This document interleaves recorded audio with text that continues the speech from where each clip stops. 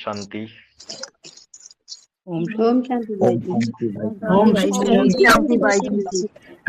शांति भाई जी। ओम शांति ओम भाई जी। ओम क्रांति। ओम क्रांति भाई जी। ओम क्रांति। तो 11वें अध्याय के 50 श्लोक तक हमने देखा था। 11वां अध्याय जो है वो विश्वरूप दर्शन योग है। इसमें अर्जुन विराट रूप देखना चाहता है भगवान का। भगवान अपना विराट रूप दिखा देते हैं अर्जुन को।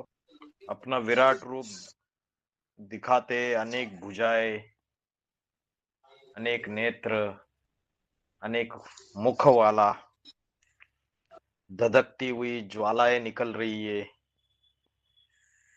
तो सारे देवताएं उसमें समाये हुए, क्षत्रिय समाये हुए, वैश्य समाये हुए, शूद्र समाये हुए।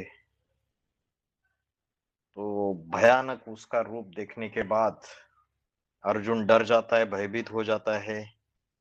समस्त पृथ्वी लोक के प्राणी मात्र थर थर कांपने लगते हैं। और उसके बाद अर्जुन भगवान को बोलते हैं कि बस कर भगवान, अभी आपका ये भयंकर रूप जो है उससे मैं घबरा रहा हूं, और आप मुझे अपना सौम्य रूप दिखाइए, विष्णु चतुर्भुज वाला। तो पिछले श्लोक में यही संजय उवाच, वासुदेव ने अर्जुन को ऐसे कहकर पुनः अपना सौम्य चतुर्भुजी विष्णु रूप दिखाया, और फिर शांत रूप होकर महान आत्मा महादेव ने देहबान से भयभीत अर्जुन को आश्वस्त किया। तो अर्जुन तो डर जाता है कि जिसको मैं सखा समझता था, ये तो विराट रूप देख के वो बोलता है आगे से भी मैं आपको भगवान नमस्कार करता हूं और पीछे से भी नमस्कार करता हूं। जैसे पिता पुत्र के, सखा सखा के, और गुरु शिष्य के अपराधों को क्षमा करता है, वैसे मेरे सारे अपराधों को क्षमा करो। मैंने हंसी मजाक में भी कोई आपका अनादर किया है तो भी मेरे को क्षमा करो। और सौम्य रूप देखने की इच्छा करता है। 11वें अध्याय का 51वां श्लोक, चैप्टर 11, श्लोक नंबर 51। अर्जुन उवाच, दृष्ट्वा इदं मानुषं रूपं तव सौम्यं जनार्दन, इदानीम अस्मि संवृत्ताः सचेताः प्रकृतिं गताः। दृष्ट्वा, दृष्ट्वा माना देखकर, इदम, इदम माना यह, मानुषम रूपम, कितनी संस्कृत इजी है देखो। मानुषम रूपम मतलब आपका ये मनुष्य का रूप, शांत मानवीय स्वरूप, रूप सौम्य, सौम्य माना शांत हे जनार्दन। जन, जन किसको बोलते हैं? जन माना लोगों को कहते हैं। तो जन माना मानव या लोग। अर्दन, जब विनाश होगा तो दुखी मनुष्यों के क्या निकलेगा? उनकी दुख की आवाजें निकलेगी, उसको बोलते हैं आर्तनाद। तो परमात्मा जो है सारी दुनिया का विनाश देखेगा, मरते हुए देखेगा। तो जनार्दन का अर्थ है सारी मनुष्य के आर्तनाद को सुनने वाला। आर्तनाद, आर्त माना पीड़ा, दुख, जो सारी दुनिया का दुख, पीड़ा सभी मनुष्यों का। भूकंप आएंगे तो 100 मंजिल बड़ी बड़ी बिल्डिंग ताश के पत्ते के जैसे गिर जाएगी। तो किसी की टांग दबेगी, किसी की बहा दबेगी, किसी का क्या हाल हो जाएगा पूरी तरीके से, तो आर्तनाद निकलेगी।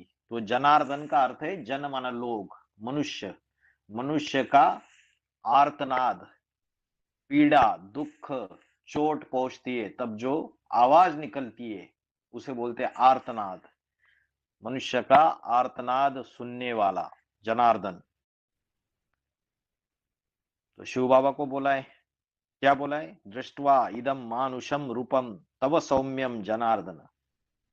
आपका यह शांत, सौम्य, चंद्रमा जैसा मानवीय स्वरूप देखकर,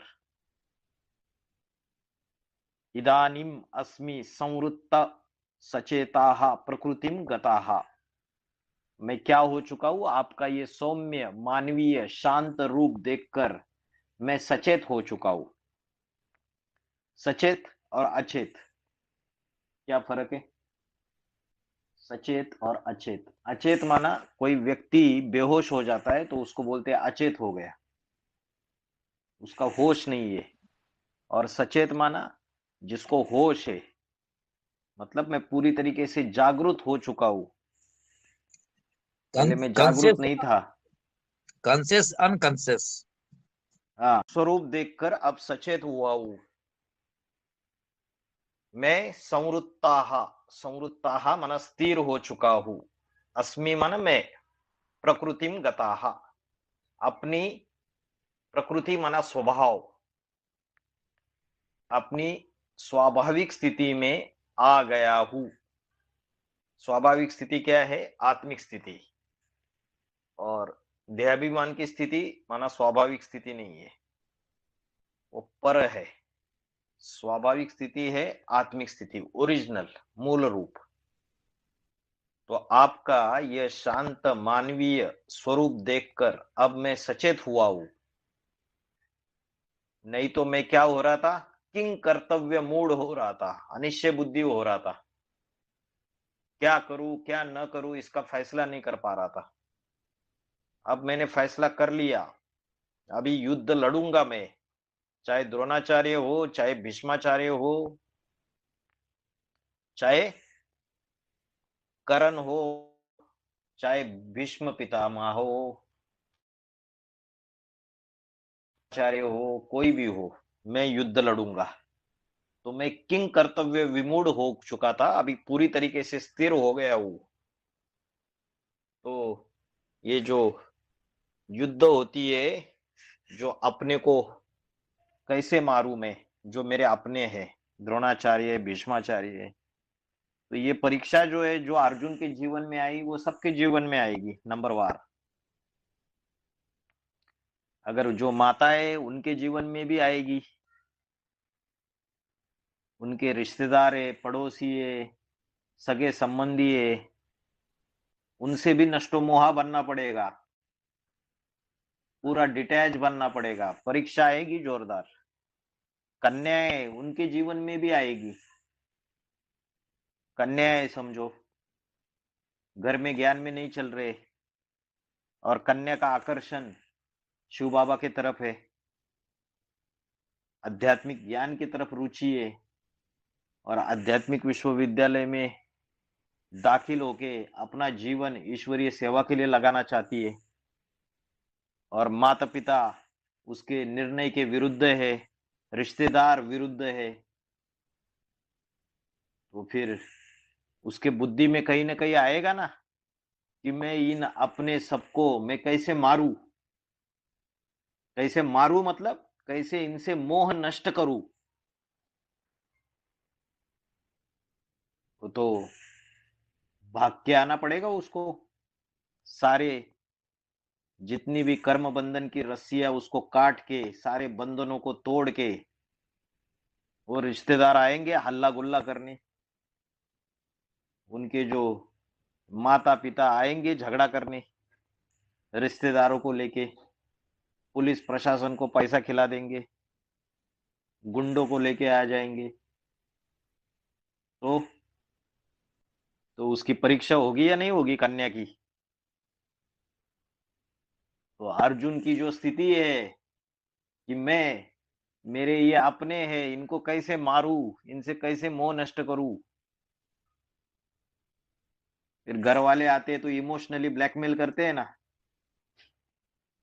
बच्ची वापिस चल, नहीं तो तेरी माँ ने खाना खाना छोड़ दिया है, हैं? एक बार वापिस आ जा, फिर चाहे तो फिर से तू आ सकती है। तो लगाव लगाते हैं। फिर उन्होंने जो पालना दी, वो दिन याद आएंगे या नहीं आएंगे? उन्होंने जो जीवन में स्नेह दिया, सहयोग दिया, फिर निर्णय नहीं कर पाएंगे, कहाँ कदम रखना है, क्या करना है, नहीं करना है। तो ऐसी परीक्षाएं कुमार के जीवन में भी आएगी, अदर कुमार के जीवन में भी आएगी, माताओं की जीवन में भी आएगी, कन्याओं के जीवन में भी आएगी। नंबर वार जो जैसा पुरुषार्थी होगा, ये कर्म बंधन की रस्सियां तो काटनी ही काटनी है। जो जितना जल्दी काटे वो उतना बड़ा महारथी, उतना उच्च पद मिलेगा। तो अर्जुन बोल रहा है, अभी तो उसका विराट रूप, परमात्मा का तो साधारण रूप देख रहे हैं अभी। अर्जुन जैसा महारथी धनुर्धारी उसने ही पहचाना नहीं उसको। हम सब नंबरवार अर्जुन है। उसका जो विराट रूप है वो इतना भयानक है। तो ये नष्टो मोहा का जो पेपर है वो सबके जीवन में आएगा नंबरवार। न माँ, न बाप, न भाई, न बहन, कोई काम में नहीं आने वाला। बाबा ने बोला, एक शिव बाबा, दूसरा न कोई। अंत में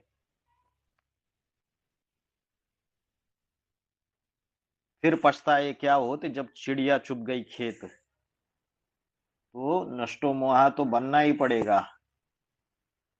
तुम बच्चे आए हो खोपड़ियों को ठोकर मारने वाले, जिसकी खोपड़ी में ज्ञान नहीं बैठ रहा है, और हम लगे पड़े हुए, मेरा पति, मेरा पति, मेरा पति। माताओं का तो रहता है ना कि अपना पति ज्ञान में आ जाए।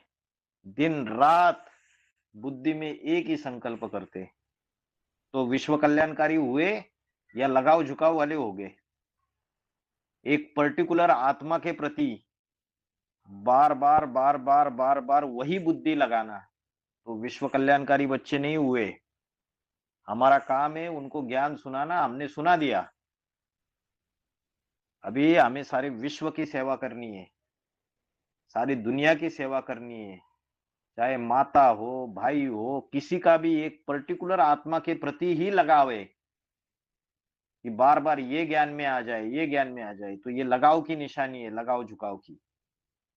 तो वो विश्व कल्याणकारी बाप के बच्चे नहीं हो सकते।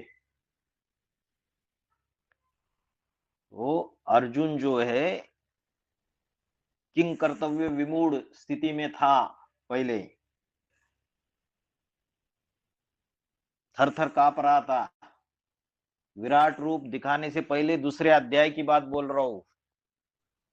क्लेबम मास्म गमा पार्थ, क्या बोला? अरे तू षंड जैसा मत बन, हिजड़े जैसा। तो उसका गांडीव धनुष्य उसने नीचे रख दिया था। तो भगवान बोलते नपुंसक मत बन, क्षुद्र हृदय की तेरी दुर्बलता को छोड़ दे।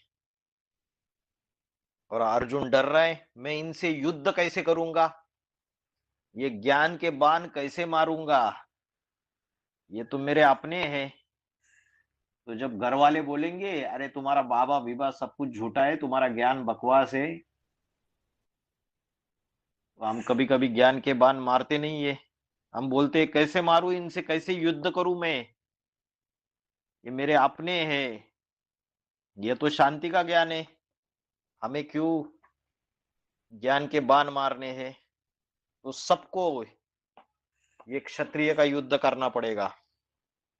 तो इस श्लोक में क्या बताया? पहले श्लोक में आपका यह शांत मानवीय सौम्य स्वरूप देखकर अब मैं सचेत हुआ हूं, और जो मैं किंग कर्तव्य विमूढ़ हो रहा था क्या करना चाहिए नहीं करना चाहिए। तो अब मैं पूरी तरह स्थिर हो गया हूं आपका ये स्वरूप देखकर, अपनी स्वाभाविक आत्मिक स्थिति में आ गया हूं। ये हो गया 11वें अध्याय का 51वां श्लोक। दृष्ट्वा इदम मानुषम रूपम तव सौम्यम जनार्दन इदानीम अस्मिन् संवृत्ताः सचेताः प्रकृतिम गताः। ठीक है, फिर 11वें अध्याय का 52वां श्लोक। सुदु दर्शनम इदम रूपम दृष्टवान असि यत मम देवा अपि अस्य रूपस्य नित्यम दर्शन कांक्षिण। सुदूदर्शरम, क्या बोला है? दूदर्शरम। दूदर्शरम का अर्थ है कठिन। क्या है? कठिन। और सु माना बहुत, बहुत कठिन है। क्या बहुत कठिन है? मेरे जिस रूप को देखा है इसे देखना बहुत कठिन है। अर्जुन ने विराट रूप को देखा तो भगवान उसको बता रहे, मेरे जिस रूप को ज्ञान नेत्र से देखा, यद्रूपम दृष्टवानसि इदम सुदुदर्शरम। मेरे जिस रूप को ज्ञान नेत्र से, यद्रूपम जिस रूप को ज्ञान नेत्र से देखा है इसे देखना बहुत कठिन है।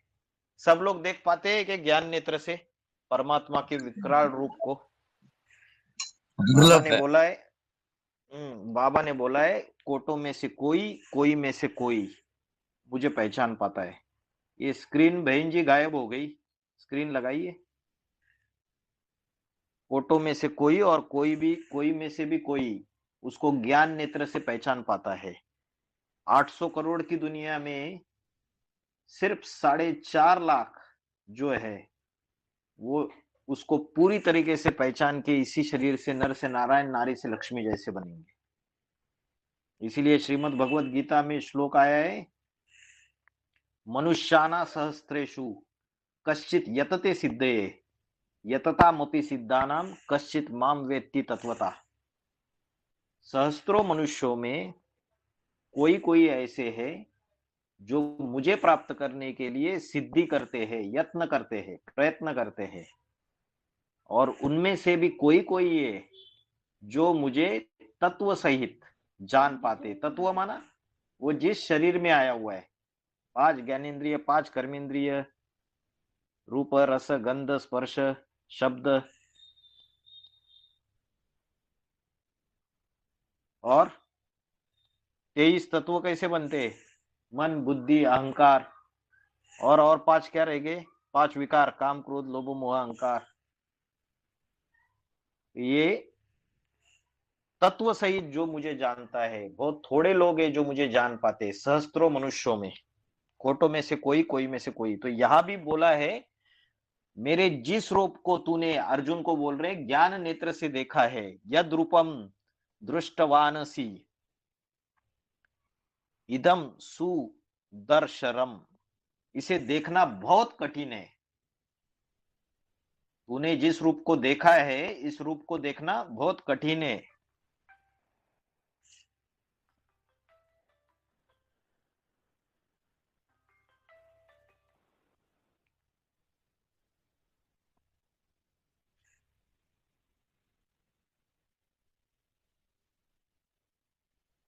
आगे बोला, देवापि अस्य रूपस्य नित्यम दर्शन कांक्षिणा।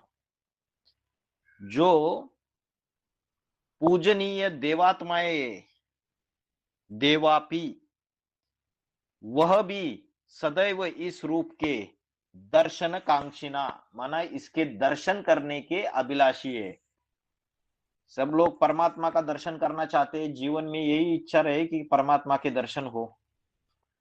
और वो साक्षात चैतन्य रूप में नहीं मिलता है तो उसकी मूर्तियां बना के उसके दर्शन के लिए कितनी बड़ी बड़ी लाइन लगी रहती है। बड़े बड़े मंदिरों में उसके दर्शन, उसके जड़ मूर्ति के दर्शन करने के लिए इतनी अभिलाषा होती है, तो यहां क्या बोला, देवापि अस्य रूपस्य नित्यम दर्शन कांक्षिन, मेरे जिस रूप को देखा है इसे देखना बहुत कठिन है, देवात्माएं भी सदैव इस रूप के दर्शन अभिलाषी रहते हैं। अभिलाषी माना उनको दर्शन करने की इच्छा रहती है, देवात्माओं को भी।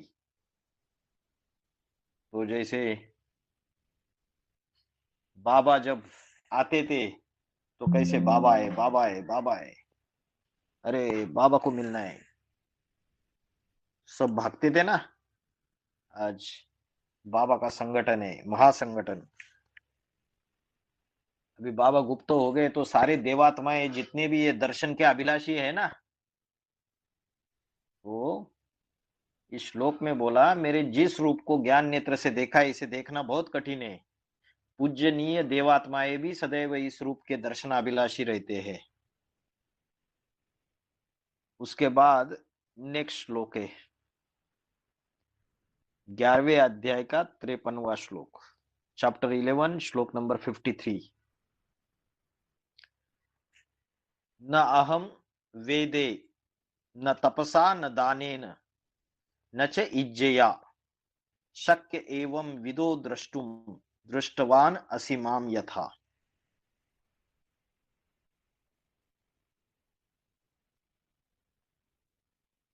तो यह बोला है एवं विदाहा माम, इस तरीके से, विदाहा माना इस तरह से, इस तरह से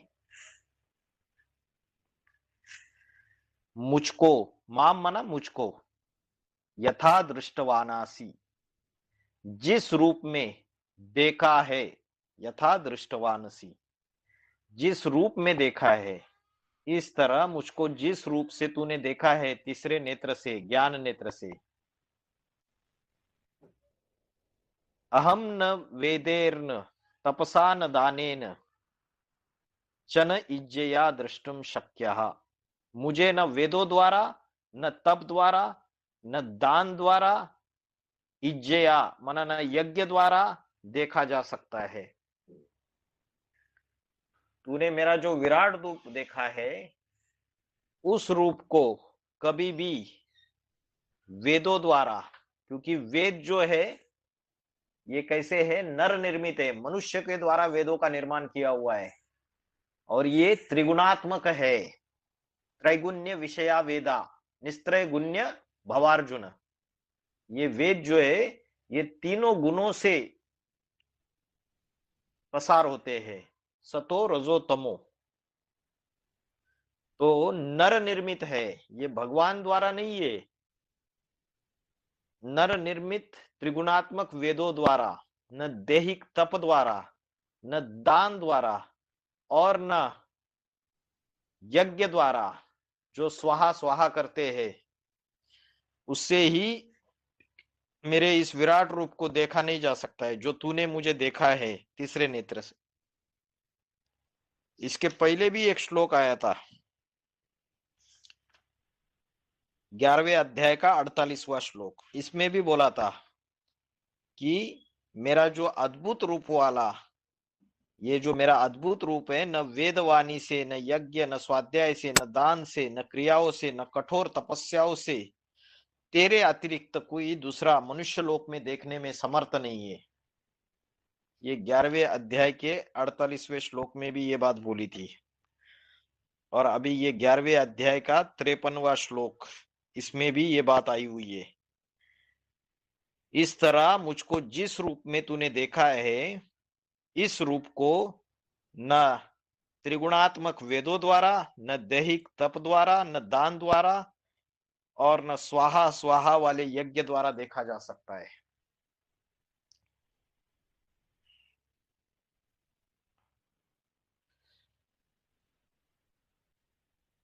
इसका एक्सप्लेनेशन दिया था मैंने कि कोई शरीर की बहुत तपस्या करता है,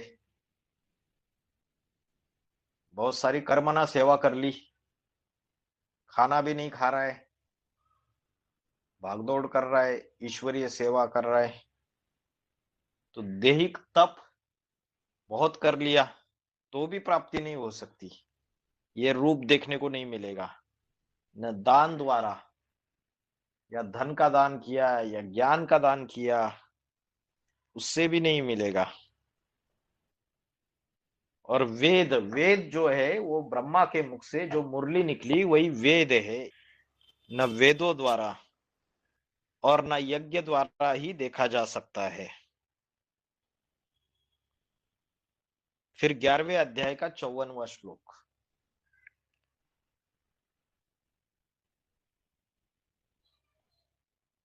भक्तया तु अनन्यया शक्य अहम एवं विदाः अर्जुन ज्ञातुम द्रष्टुम च तत्वेन प्रवेष्टुम च परंतप।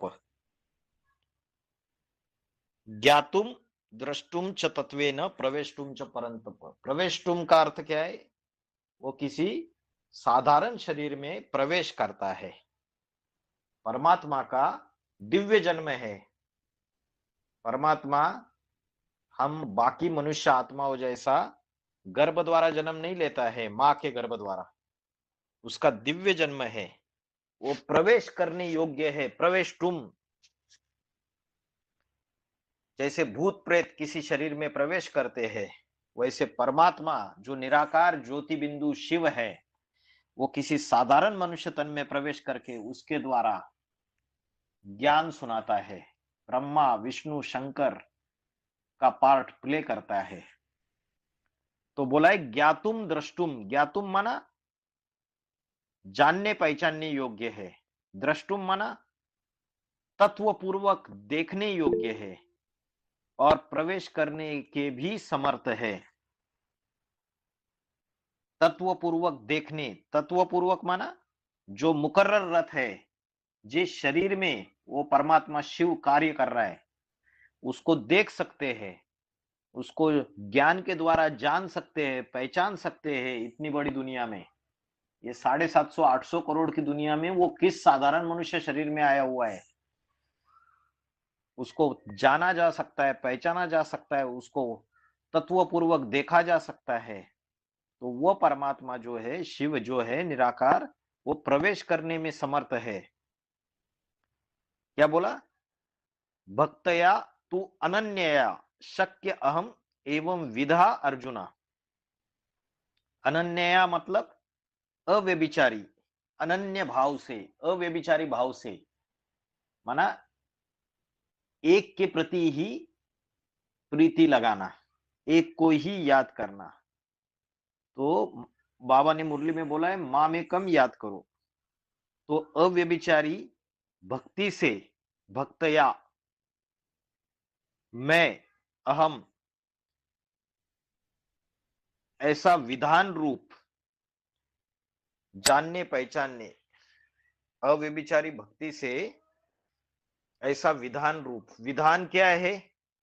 यही जो एडवांस सच्ची गीता ज्ञान है, जो एडवांस ज्ञान निकली, जो मुरलियों का गहरा क्लैरिफिकेशन निकला, उस क्लैरिफिकेशन से मैं परमात्मा शिव जिस साधारण मनुष्य शरीर में आया है, उसको जानने पहचानने, तत्वपूर्वक देखने, और जो शिव है वो उसमें प्रवेश करने में भी समर्थ हूं।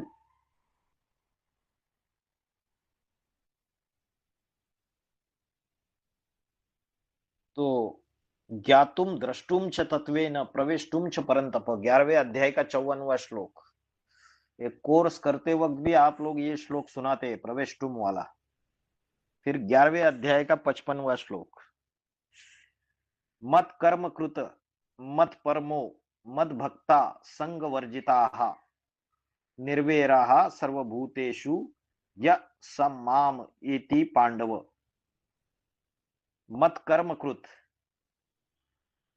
जो मेरे यज्ञ सेवार्थ कर्म करता है। मत मना मेरी, मेरे यज्ञ सेवार्थ जो कर्म करता है। एक होता है अपने खुद के पालन पोषण के लिए, अपने परिवार के पालन पोषण के लिए, अपने देह को चलाने के लिए कर्म करना, स्वार्थ युक्त कर्म करना। और एक होता है परमात्मा के जो ईश्वरीय यज्ञ है उसके प्रति कर्म करना। मत परमो, जो मुझे परम गति मानता है व्यक्तिगत रूप से, मतलब जिन्होंने शिव बाबा को पहचान लिया है साधारण रूप में, तो वो उसे परम गति मानता है। परम गति माना, परम माना श्रेष्ठ, गति, गति माना हमारे जीवन की जो सदगति है, अच्छी गति है, वो परमात्मा के द्वारा ही होगी, इसी मुकर्रर रथ द्वारा होगी। मद भक्ता संग वर्जिता, जो संग रहित हुआ मुझे भजता है या याद करता है। इधर आप क्या समझ सकते हो गहरा अर्थ, जो मुझे याद करता है। संग रहित हुआ, संग वर्जिता, संग, संग माना आसक्ति, संग वर्जिता माना अनासक्त। तो संग रहित हुआ जो मुझे भजता है, जो मेरे यज्ञ सेवार्थ कर्म करता है, मत कर्म कृत, मत परम, मुझे परम गति मानता है, संग रहित हुआ मुझे भजता है, स सर्वभूतेषु निर्वैराः माम इति। सर्वभूतेषु, भूत माना प्राणी, सर्व प्राणियों में निर्वैर वैरहीन हुआ मुझ शिव बाबा को ही पाता है, माम एति, मुझ शिव बाबा को ही पाता है। हे अर्जुन, पांडु नामक पंडा शिवपुत्र अर्जुन, जो मेरे यज्ञ सेवार्थ कर्म करता है, मत कर्म कृत, मत परमो, मुझे परम गति मानता है, मद भक्ता संग वर्जित, संग रहित हुआ मुझे भजता है, याद करता है, वह सब प्राणियों में निर्वैर वैरहीन हुआ मुझ शिव बाबा को पाता है। मत कर्म कृत मत परमो मद भक्ता संग वर्जिता निर्वैराः सर्वभूतेषु यस्माम एति पांडव। तो इसमें यही बोला है, इन 5 श्लोकों में यही बताया कि मेरा रूप देखना अत्यंत कठिन है, और अर्जुन को भगवान बता रहे कि देवात्माएं भी मेरा दर्शन लेने के लिए तरसते रहते हैं, और तूने जो मेरा रूप देखा है वो न वेदों द्वारा, न यज्ञ द्वारा, न दान द्वारा, न दैहिक तप द्वारा देखा जा सकता है। ये किसी भी प्रकार से मेरा ये विराट रूप देखा नहीं जा सकता। थोड़े लोग हैं जो मेरे विराट रूप को समझ सकते हैं। देखना मतलब ज्ञान के द्वारा समझना, बुद्धि से समझना। अनुभव देखना करना। मतलब क्या है? अनुभव करना, बुद्धि से समझना। तो बोला अव्यभिचारी भक्ति से ऐसा विधान रूप जानने, पहचानने, तत्वपूर्वक देखने और उसमें प्रवेश करने में भी समर्थ हूं। ठीक है, तो ये 5 श्लोक, इसमें पहले श्लोक में बोला था कि शांत मानवीय स्वरूप देखकर अब मैं सचेत हुआ हूं, पूरी तरीके से स्थिर हो गया हूं, अपनी स्वाभाविक आत्मिक स्थिति में आ गया हूं। 5 श्लोक एकदम इजी है। 11वें अध्याय का 54वां श्लोक है, ज्ञातुम द्रष्टुम च तत्वेन प्रवेष्टुम च परंतप। इसको तो आप बाय हार्ट कर लीजिए।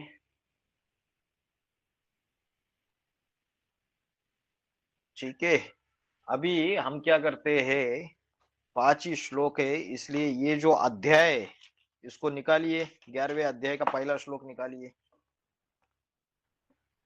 इसको मैं विश्वरूप दर्शन योग जो है, इसको मैं सार रूप में आपको बिना संस्कृत शब्दों के सिर्फ हिंदी में आपको मैं एक कहानी जैसा बताता हूं, तो आपको गीता का अध्याय बुद्धि में बैठेगा। 11वां अध्याय बताऊं? हाँ भाई। जी भाई जी। हाँ जी। जी भाई जी बताइए। हाँ भाई जी। हाँ भाई जी। संस्कृत के शब्द यूज नहीं, ये विश्वरूप दर्शन योग है। इसमें अर्जुन जो है वो परमात्मा का जो विराट रूप है वो देखने की इच्छा करता है, जिसके लिए 11वें अध्याय का 3रा श्लोक में आप देखिए, द्रष्टुम इच्छामि ते रूपम ऐश्वरम पुरुषोत्तम। द्रष्टुम इच्छामि, कि उसकी इच्छा हो रही है कि आपका ये जो ऐश्वर्यवान विराट रूप है वो मैं देखना चाहता हूं। वो बोलता है कि मैंने आपके द्वारा प्राणियों की उत्पत्ति, विनाश, आपकी जो अनेक अनेक विभूति है, 10वें अध्याय में विभूति योग है ना, तो मैंने ये सारा सुन लिया। अभी मुझे आपका ऐश्वर्यवान रूप, विराट रूप दिखाइए, मेरे को इच्छा हो रही है।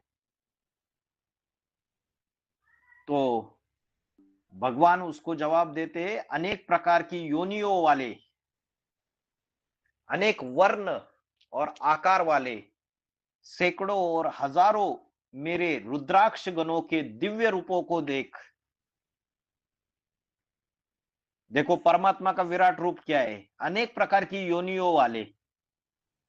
84 लाख योनियां गाई जाती है। 84 लाख योनियों में जो 84 लाख प्रकार के प्राणी है, कीड़ा, मूंगी, चींटी, हाथी, घोड़ा, सुअर, कुत्ता, तो ये जो अनेक अनेक योनियों में जो अलग अलग प्राणी है, वो जैसे कर्म करते हैं वैसे कर्म करने वाले सारी दुनिया के बीज कहां पे, यहाँ पे यज्ञ में, बीज रूपी ब्राह्मणों की दुनिया में है।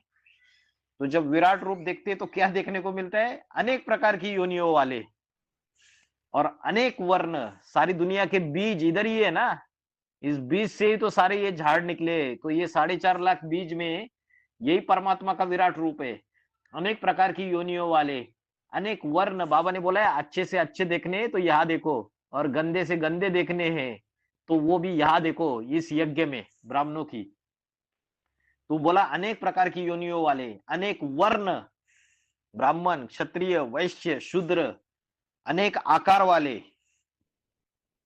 कोई बड़ा महारथी है, कोई प्यादा है, कोई प्रजा जैसा पुरुषार्थी है और कोई राजा जैसा पुरुषार्थी है।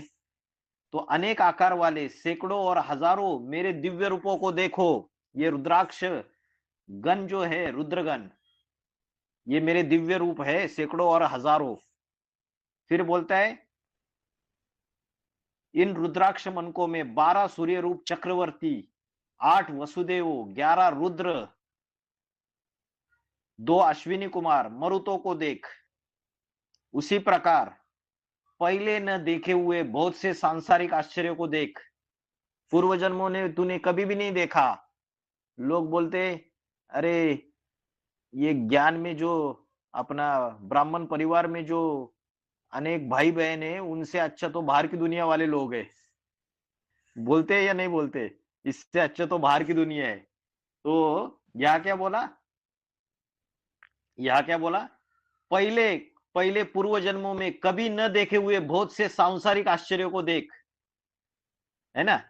क्या बोला, 12 चक्रवर्ती, 8 वसुदेव माना अष्टदेव, 11 रुद्र, अश्विनी कुमार 2, 49 सूक्ष्म शरीरधारी मरुत, मरुत बोला है 49 सूक्ष्म शरीरधारियों को। कैसे वो समझाया था मैंने, 7 इंटू 7, 7 विधर्मी सूर्यवंशी चंद्रवंशी छोड़ के, उनके 7 मन के, उनके पहले 2 छोड़ देने के, आर्य समाजी तक। तो ये 49 सूक्ष्म शरीरधारी, ये सारे, इन सबको मेरे में देख और बहुत से सांसारिक आश्चर्य को भी देख। फिर क्या बोला, आज मेरे इस देह में, ये जो मेरा देह है महादेव का, शंकर का, उसमें जड़ और चेतन सहित संपूर्ण जगत को एक ही जगह स्थित में देख लो। ये सारा जगत में बहुत इंपॉर्टेंट श्लोक है, 11वें अध्याय का 7वां श्लोक, यह एकस्तम जगत कृष्णम पश्चाद्य सचराचरम, कि बीज में सारा वृक्ष समाया हुआ है। परमात्मा सर्वव्यापी नहीं है, एक व्यापी है। मेरे देह में जड़ और चेतन सहित संपूर्ण जगत को एक ही जगत में एक ही जगह स्थित देख लो। ये सब मेरे में समाये हुए हैं, मैं उनमें समाया हुआ नहीं हूं पत्तों पत्तों में। यह एकस्तम जगत कृष्णम पश्चाद्य सचराचरम, मेरे शरीर में जड़ और चेतन सहित संपूर्ण जगत को एक ही जगत में एक ही जगह स्थिर देख लो, और जो अन्य कुछ भी देखना चाहते हो वो भी तीसरे ज्ञान नेत्र से देख लो। मम देहे गुड़ाकेश, गुड़ाकेश माना निद्राजीत, यच्च अन्यत द्रष्टुम इच्छसी, और जो अन्य कुछ भी देखना चाहते हैं वो भी देख लो।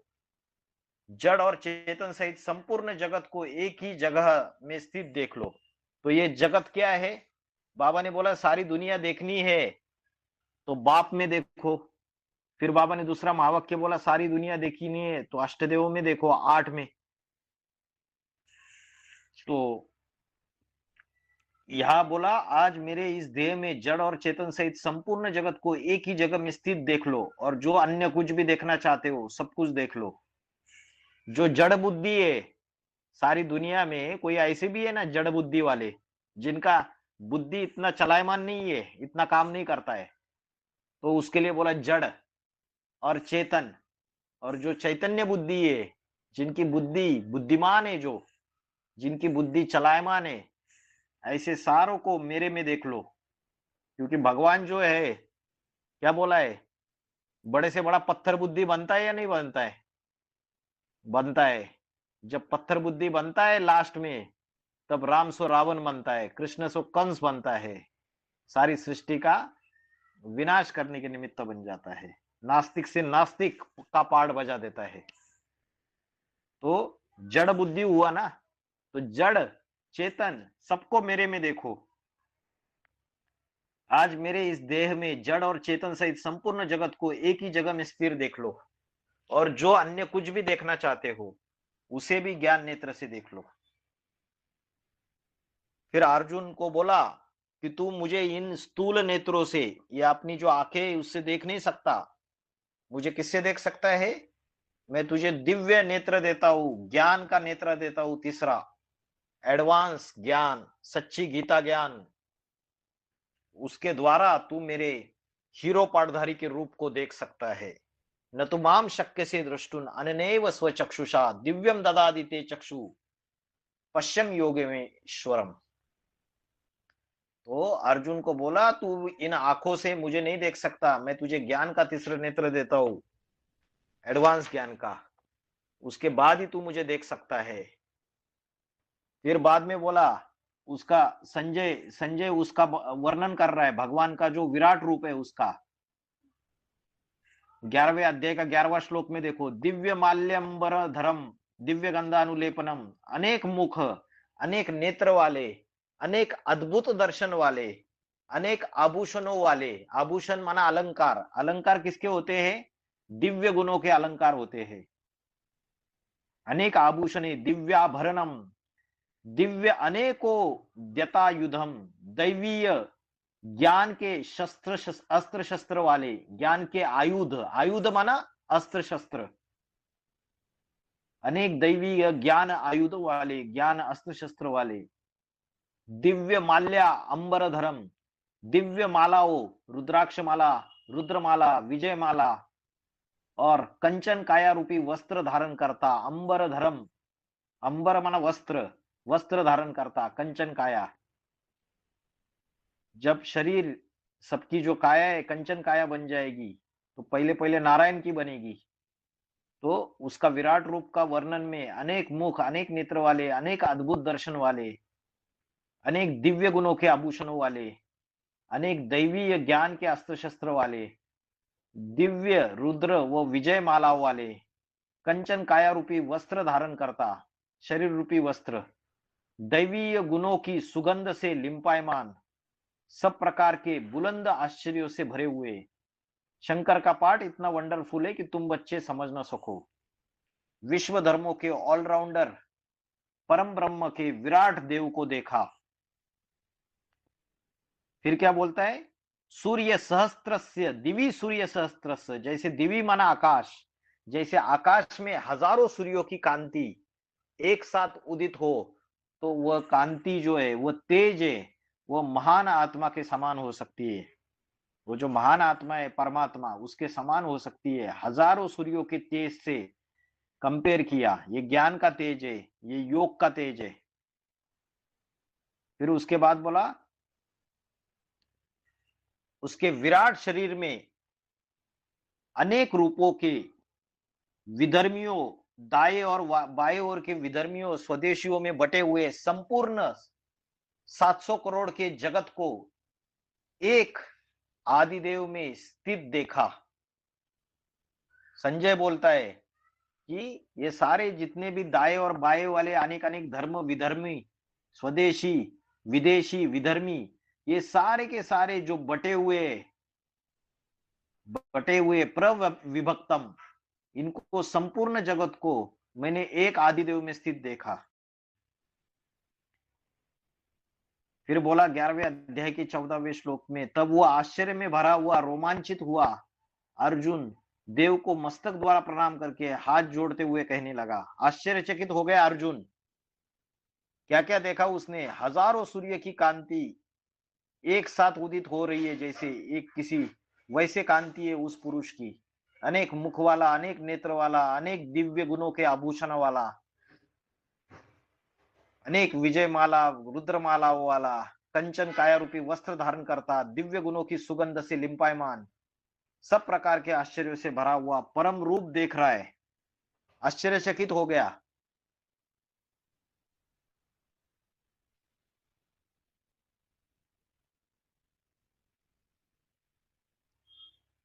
फिर क्या देखा उसने कि आपके शरीर में सब देवताओं को तथा प्राणियों की विशेष प्रकार की भिन्न योनि समुदायों को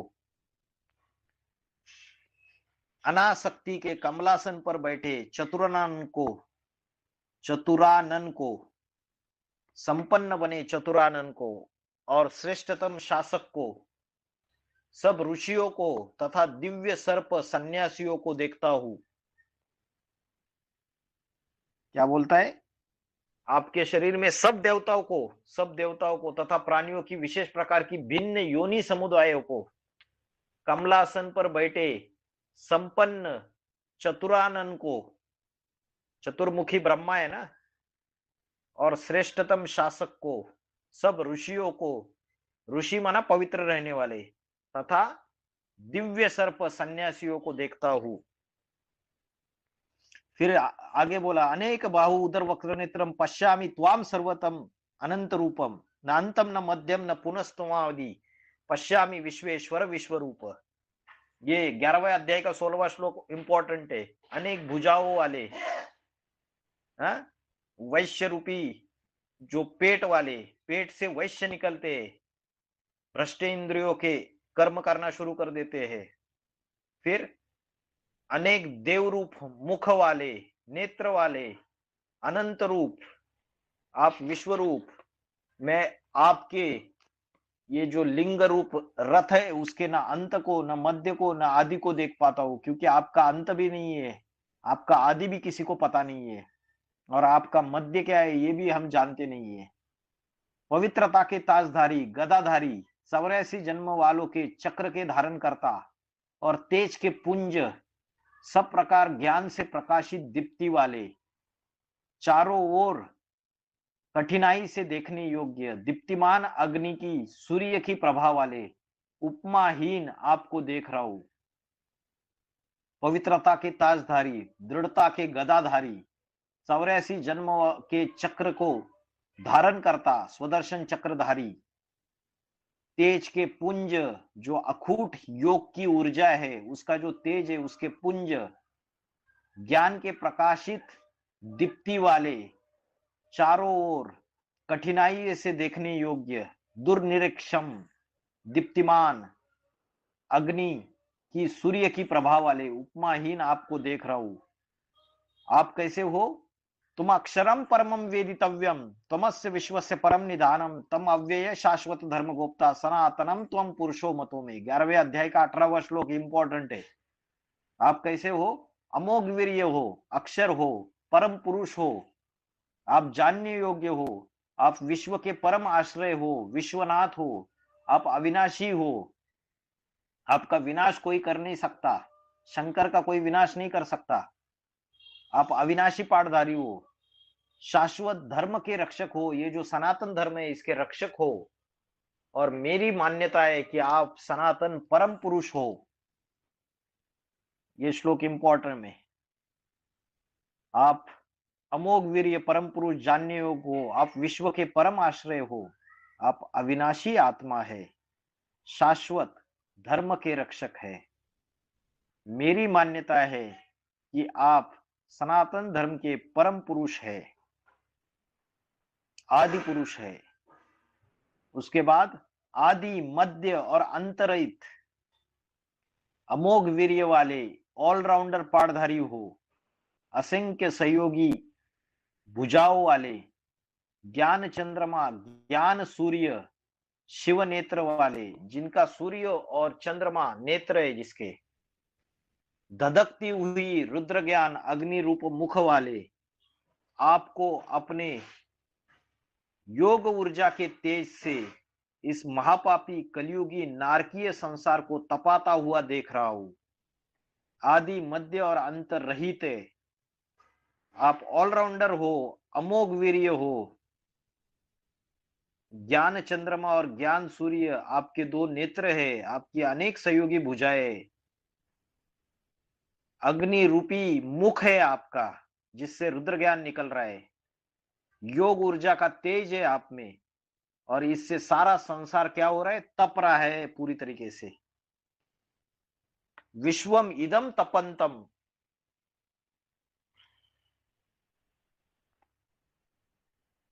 फिर उसके बाद स्वर्गीय, जो स्वर्ग है दिन, और 7 महाद्वीप, पृथ्वी का यह अंतराल और सारी 10 दिशाएं अकेले आपके द्वारा विस्तीर्ण हुई है, विस्तार को पाई है। आपका महाकाल का अद्भुत भयंकर बम्बों, महाविनाशक बम्बों और भूकंपों से आग बरसाता हुआ रूप देखकर तीनों लोकों के प्राणी भय से अत्यंत कांप रहे हैं। ये देव समूह 9 कुरियों के ब्राह्मण आप में समा जाते हैं, आपके विराट रूप में। कुछ भक्त भयभीत हुए हाथ जोड़कर गुण गा रहे, और महर्षिगण और सिद्धों के समूह कल्याण हो ऐसा बोलकर आपकी स्तुतियां कर रहे। 11 रुद्र, 12 सूर्य, अष्टावसु, अष्टदेव, देव विश्वदेव, राम कृष्ण, अश्विनी कुमार, 49 मरुतगण और गंधर्व, गंधर्व जो नाच गाना करते हैं राजा के दरबार में या देवताओं के, यक्षगण, राक्षसों व रिद्धि सिद्धि तांत्रिक समुदाय, सब आपके रौद्र रूप को देखकर आश्चर्यचकित हो गए। कौन कौन? ये 12 सूर्य, 11 रुद्र, अष्टावसु, विश्वदेव, रामकृष्ण वाली अश्विनी कुमार, 49 मरुदगण और गंधर्व, यक्षगण, राक्षस व रिद्धि सिद्धि, सब आपके प्यार के सागर के रौद्र रूप को देखकर आश्चर्यचकित हो गए। अनेक शंख रूप मुख वाले, क्या बोला, बहु वक्त्र नेत्रम। पहले अध्याय में दिखाया ज्ञान के शंख 18 महारथियों ने फूके हैं, ज्ञान नेत्र वाले, अनेक क्षत्रिय रूपी भुजाओं वाले, कलयुग में विस्तारित शुद्र रूप पैरों वाले, अनेक वैश्य रूप पेट और अनेक नीचे ऊपर एटम बम्बों की विकराल दाढ़ों वाले, आपके महान भयंकर रौद्र रूप को देखकर संसार के सब लोग तथा मैं भी अत्यंत कांप रहा हूं। ये वाला श्लोक कि आपकी जो विकराल दाढ़े है एटम बम रूपी, और शुद्र रूप पैरों वाले, अनेक वैश्य रूप पेट वाले, आपके महान रौद्र रूप को देखकर संसार के सब लोग तथा मैं अत्यंत कांप रहा हूं। फिर बोला, अनेक रंगों में प्रदीप्त नभस्पर्शी मुख फाड़ते हुए, डरावना मुख फाड़ते हुए, चमकीली बड़ी बड़ी क्रोध से भरी हुई लाल लाल आंखों वाले, आपका रौद्र रूप देखकर अत्यंत भयभीत मैं अंतरात्मा वाला धीरज और शांति नहीं पाता हूं। मेरा धैर्य और शांति खत्म हो गई, मैं डर गया हूं आपका ये डरावना रूप देखकर। हे जगन्नाथ, विकराल दाढ़ों वाले, प्रलयकालीन आग जैसी उगलती आपके मुखों को देखकर दिशाएं भूल गया हूं और चैन नहीं पड़ता है। प्रसन्न हो जाइए। दष्ट्रा कराला निचते मुखानि दृष्टेव काला नलसन्नभानि दिशो न जाने न लभेच शर्म प्रसीद देवेश जगन निवास।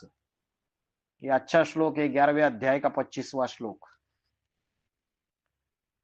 क्या है कि ये जो विकराल दाढ़े है एटम बम रूपी नीचे और ऊपर, और आपकी जो क्रांतिकारी वाणी है काला नल सन्न भानी, कैसी वाणी है?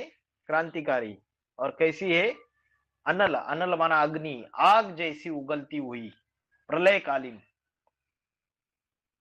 मैं दिशाएं भी भूल चुका हूं, मुझे चैन नहीं पड़ रहा है, प्रसन्न हो जाइए। फिर बोलता है आपने मुख्य योद्धाओं सहित धृतराष्ट्र के पुत्र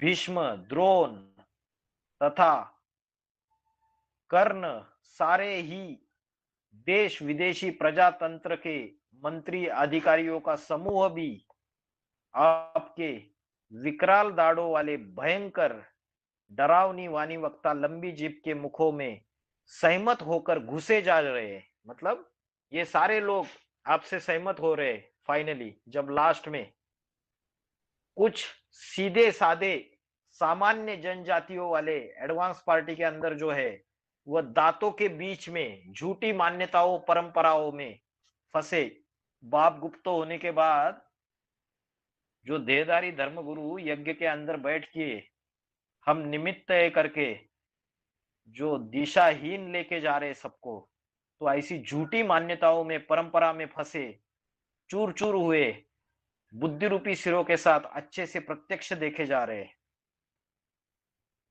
मतलब ये सभी के लिए बोला, ये सभी सहमत हो रहे, चाहे धृतराष्ट्र के पुत्र हो, कांग्रेसी कौरव, चाहे तो भीष्म हो, चाहे द्रोण हो, चाहे कर्ण हो, चाहे मंत्री अधिकारी हो प्रजातंत्र के, ये सभी आपके विकराल दाढ़ों वाले इस भयंकर लंबी जीप के मुखों में सहमत हुए घुसे जा रहे।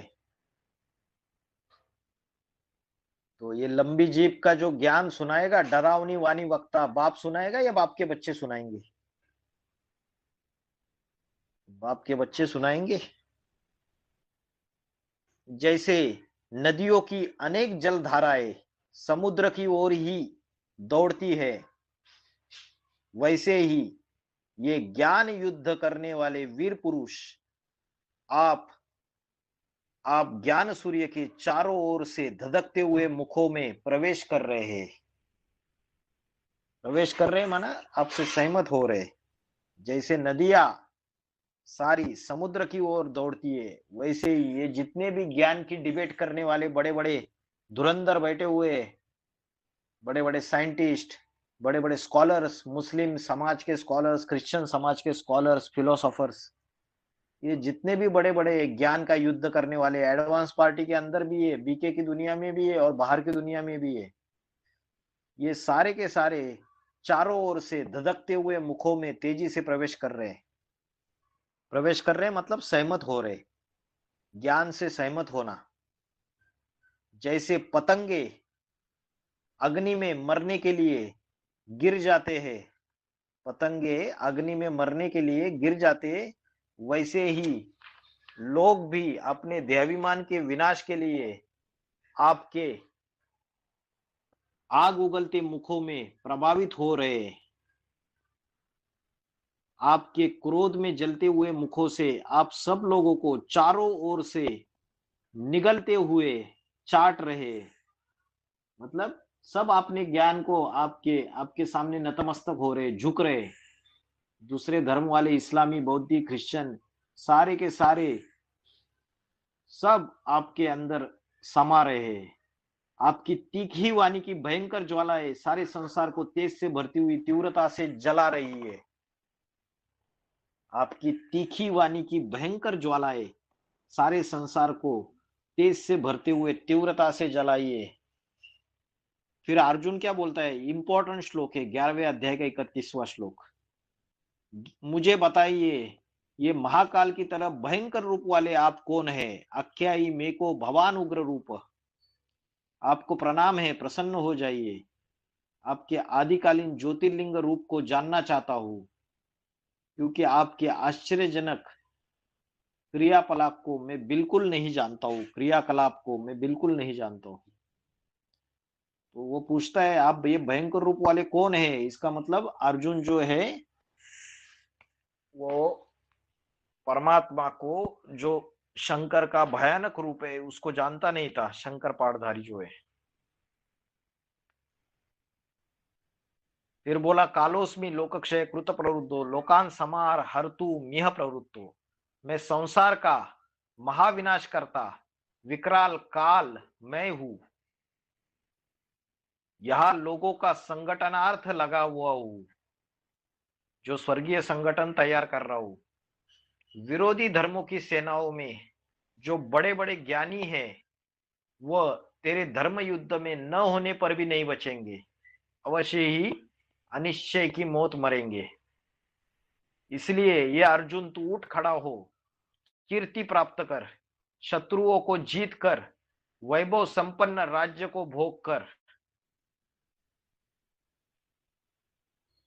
ये पूर्व कल्प में भी मेरे द्वारा ये सब लोग देहाभिमान से मारे गए थे, और हे शिखंडी रूपा जगदम्बा द्वारा शर संधानक हिम्मत करके केवल निमित्त मात्र बन जा। मतलब कन्या माताओं का आधार लेके ये जितने भी भीष्म पितामह दुर्योधन दुशासन बैठे हुए हैं, इनको ज्ञानवान मार।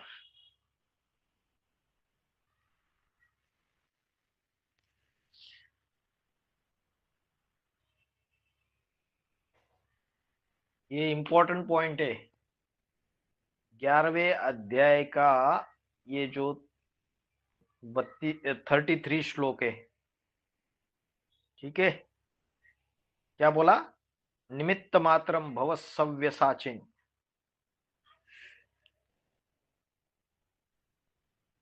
फिर बोला द्रोण भीष्म तथा जयद्रथ कर्ण को वैसे ही मेरे द्वारा मारे गए दूसरे सभी वीर योद्धाओं को तू नष्ट कर दे।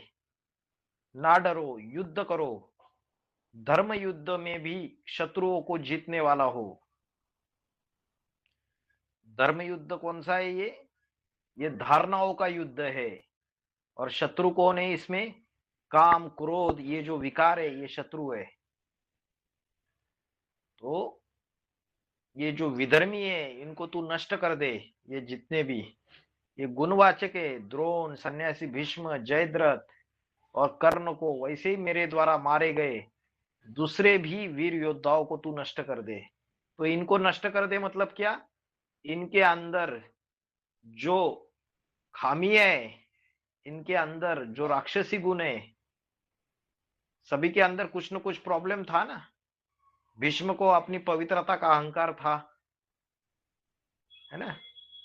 जयद्रथ जो है उसको अलग समस्या थी, कर्ण, ये सभी पात्रों का अगर आपने अभ्यास किया कैरेक्टर्स का तो आपको पता चलेगा कि द्रोण में क्या कमी थी, भीष्म में क्या कमी थी, जयद्रथ में क्या कमी थी, कर्ण में क्या कमी थी। तो बोला कि ये ना, ये सबको तू नष्ट कर दे। तो उनको नष्ट करने दे मतलब इनकी ये जो भी दुर्गुण है ये एक रिप्रेजेंटेटिव है। जैसे भीष्म पवित्रता के, स्थूल पवित्रता के अहंकार का रिप्रेजेंटेटिव है। तो हम सबको कहीं ना कहीं रहता है ना अपनी स्थूल पवित्रता का अहंकार, तो इसको नष्ट करने की बात है। द्रोण भी किसी चीज का, द्रोण में क्या रहता है पता है क्या? मोह रहता है। अपना जो पुत्र है अश्वत्थामा, उसके प्रति बहुत मोह रहता है उसको। और द्रोण में और क्या गलती रहती है? वो भगवान का साथ नहीं देता है, वो कौरवों का साथ देता है। ये जितने भी है भीष्म, जयद्रथ, ठीक है। उसके बाद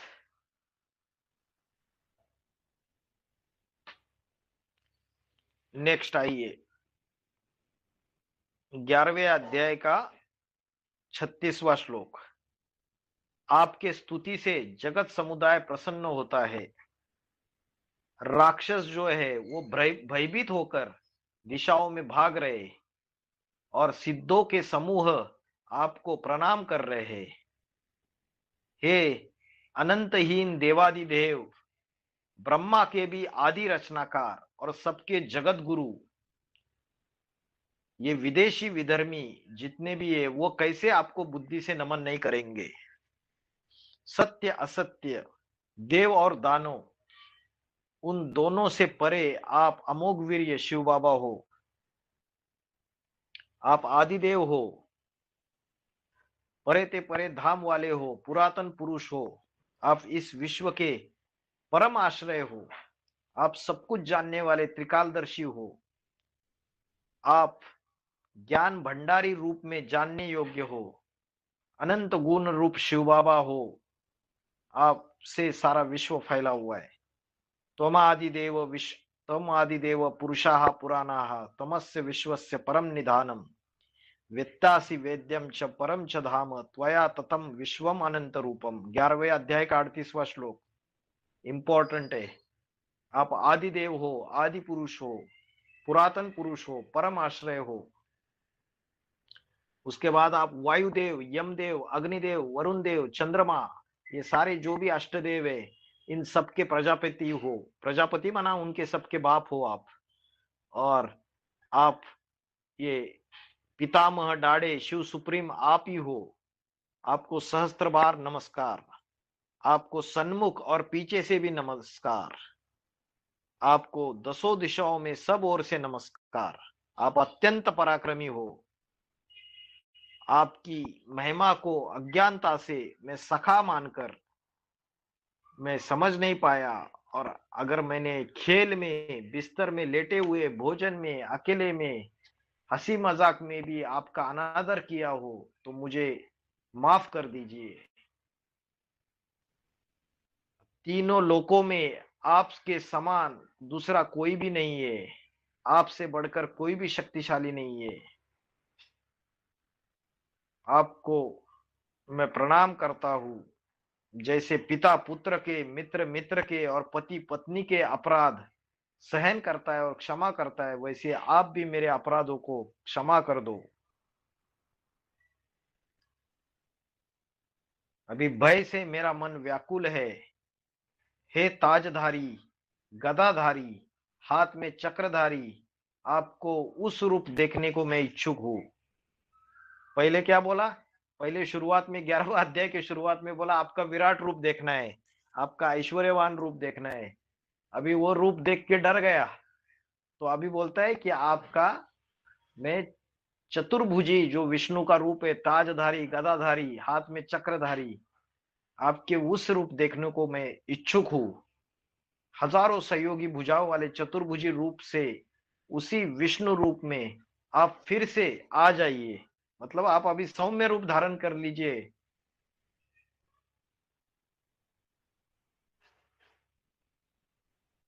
फिर अभी भगवान बोलता है कि मैंने तेरे सिवाय ये जो विराट रूप है ये किसी को नहीं दिखाया आज तक। और मेरा ये जो विराट रूप है, अद्भुत रूप है, ये न वेदवाणी से, न यज्ञ करने से, न स्वाध्याय से, न दान से, न क्रियाओं से, न कठोर दैहिक तपस्याओं से तेरे अतिरिक्त तो कोई दूसरा मनुष्य लोक में देखने के समर्थ नहीं है। इसलिए मेरा ये प्रलयकारी भयंकर रूप देखकर तू मत घबरा। किंग कर्तव्य विमूढ़ मत हो, भय को त्याग दे। ऐसे करके अपना सौम्य रूप भगवान ने दिखाया। तो अर्जुन बोला आपका ये सौम्य रूप देखकर मैं सचेत हुआ हूं, पूरी तरीके से स्थिर हुआ हूं, अपनी स्वाभाविक आत्मिक स्थिति में आ गया हूं। मेरे जिस रूप को भगवान बोलते हैं तूने देखा है, इसे देखना बहुत कठिन है। देवात्माएं भी इस रूप को देखने के लिए तरसते रहते हैं। इस भांति मुझको जिस रूप में तूने देखा है, मुझे न वेदों द्वारा, न तप द्वारा, न ज्ञान द्वारा और न यज्ञ द्वारा देखा जा सकता है। अव्यभिचारी भक्ति से मैं ऐसा विधान रूप जानने, पहचानने, तत्वपूर्वक देखने और उसमें प्रवेश करने में समर्थ हूं। जो मेरे यज्ञ सेवार्थ कर्म करता है, मुझे परम गति मानता है, अन्य संगरित हुआ मुझे भजता है, वह सब प्राणियों में वैरहीन हुआ मुझ शिव बाबा को पाता है। हो गया 11वां अध्याय। समझ में आया कुछ? फास्ट। हाँ भाई जी, हाँ भाई जी। जी भाई जी। हाँ, 11वां अध्याय क्या है, रूपरेखा देखी हमने, क्योंकि पहले तो हमने पढ़ा ही हुआ है विस्तार में, एक एक श्लोक को समझा हुआ है। अभी पूरा बिना संस्कृत के शब्दों के सिर्फ हिंदी में भी आप समझ सकते हो, उसको अपने एडवांस ज्ञान से टैली कर सकते हो। आपका मंथन चलता जाएगा, नए नए पॉइंट्स निकलेंगे आपको, ऐसे करेंगे तो। सभी संस्कृत के श्लोक अगर नहीं कर सकते तो कोई बात नहीं है, गीता तो समझो, दूसरों को ज्ञान सुना तो सकते हो गीता के अर्थ समझने से। ज्ञान सुनाते वक्त नए नए पॉइंट मिल जाएंगे। और जो महारथी आत्मा है, जिनका कल जाके, जिनको बड़े रूप में सेवा करनी है, उनको गीता के श्लोक भी आने चाहिए, ताकि बड़े बड़े जो पंडे पुजारी है, साधु सन्यासी है, इनका मुकाबला कर सके। गीता का भी नॉलेज होना चाहिए, भागवत का भी नॉलेज होना चाहिए, सब पता होना चाहिए, रामायण महाभारत, तब जाके इनका मुकाबला कर सकते हैं।